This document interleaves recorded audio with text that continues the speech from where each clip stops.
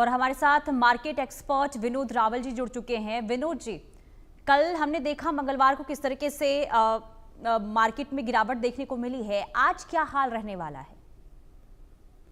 जी नमस्कार। देखिए, मार्केट जिस तरह से कल इतनी नीचे गिरी और जिस तरह से इंटरनेशनल बाजार आज दिखा रहे हैं हालात, डॉ जोन्स भी आज 0.6% गिर चुका है। S&P 500 भी गिरावट के साथ बंद हुआ है, जिसमें टेक शेयर्स जो है गिरे। उसके बाद साउथ कोरिया थोड़ा सा ऊपर गया, जिससे रिलीफ की उम्मीद लग रही है। गिफ्ट निफ्टी जो है वो भी 50 से 70% अंक नीचे गिरा। इसको जी देखते हुए आज ऐसा लगता है कि जिस तरह से आज भारत के बाजार हैं वो भी थोड़ा सा कमजोरी के साथ खुल सकते हैं। और जिस तरह से कल की आप डाटा की बात कर रहे थे, अभी भी देखिए टैरिफ पर कोई डिसीजन नहीं हुआ, लेकिन सबसे बड़ा जो हमारे पास एक एक ऐसी एक एक्टिविटी है जीएसटी की, जिसकी वजह से ये शेयर बाजार संभला हुआ है।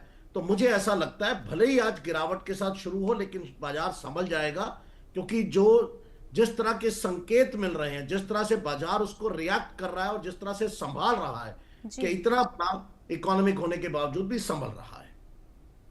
जी, लेकिन जो उतार चढ़ाव लगातार देखने को विनोद जी मिल रहा है, इससे क्या अंदेशा लगाया जा सकता है? आगे का ट्रेंड कैसा रह सकता है? देखिए, आगे का ट्रेंड ये है कि हम तो ये कहेंगे कि बाइंग टाइम है। जब भी प्राइसेस गिरते हैं तो शेयर डिस्काउंट पर मिलते हैं, क्योंकि कोई ऐसा कारण नहीं है जिसकी वजह से इसके ऊपर किसी तरह का कोई क्रैशिंग इंपैक्ट आए या बहुत बड़ा इंपैक्ट आए। देखिए, 80,000 के इंडेक्स में 200-400-500 पॉइंट से अब कोई फर्क नहीं पड़ता, क्योंकि बाजार अपने आप को इतना मैच्योर कर चुका है कि उससे वो उसको संभाल लेता है। जिस तरह से 200-300 पॉइंट्स का निफ्टी पर इंपैक्ट आता है, अभी भी जो हमारा रेजिस्टेंस है वो 24,400 पर है नीचे का। ऊपर जाता है तो 24,800, फिर हम वापस से 25,000 को टच करेंगे और आगे बढ़ेंगे। तो 24,400 पर अभी हमारा जो सभी का जो है उम्मीद है, रेजिस्टेंस जो निफ्टी का है वो अगर संभलता है तो बाजार बिल्कुल संभला हुआ है। किसी तरह की कोई चिंता की कोई बात नहीं है किसी तरह की। जी, तो ऐसे में क्या माना जाए? क्या अभी मार्केट में जो वैल्यूएशन है वो ओवर वैल्यूड है या वैल्यूड है? किस तरीके से समझे?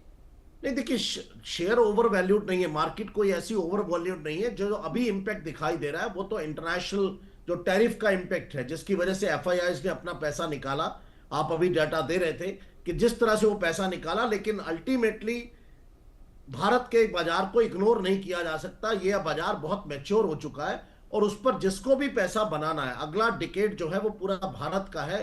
आर्थिक जो जिस तरह से 7.8% का जीडीपी ग्रोथ Q1 के अंदर आया है, भले ही आप कहिए कि उसके अंदर एक्सपोर्ट थोड़ा सा एक्स्ट्रा था, लेकिन जिस तरह से संभाला उसको, और उसका Q1 पर उतना ज्यादा इंपैक्ट पड़ता हुआ दिखाई नहीं दे रहा है। तो मैं इसको ओवर वैल्यूड तो नहीं कहूंगा।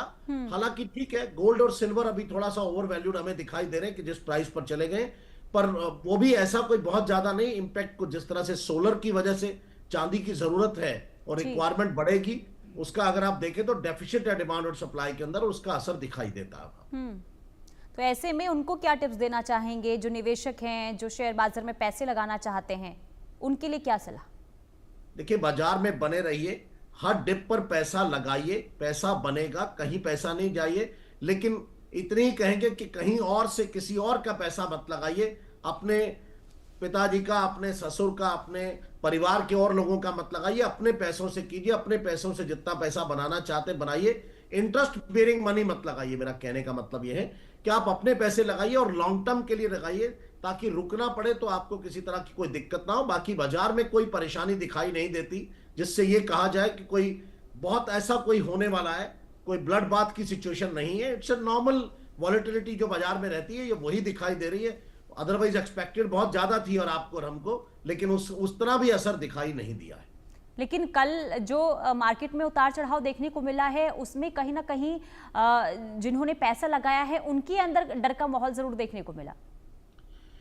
देखिए, डर का माहौल की बात यह कि कॉशियस होकर के पैसे लगाइए। ये जी बाजार है, यहां छोटी सी एक बात भी कहीं असर दिखा देती है। लेकिन कल की अगर आप बात करें तो इंट्राडे में नुकसान हो सकते हैं। मैं फिर कहूंगा, मैं लॉन्ग टर्म के लिए मार्केट में आप टिके रहिए, कहीं किसी तरह की कोई दिक्कत नहीं है। जब आप डेली पैसा बनाते हैं तो ये पॉसिबल नहीं है कि रोज पैसा बनता हो। कभी आप ऊपर जाएंगे, कभी नीचे जाएंगे।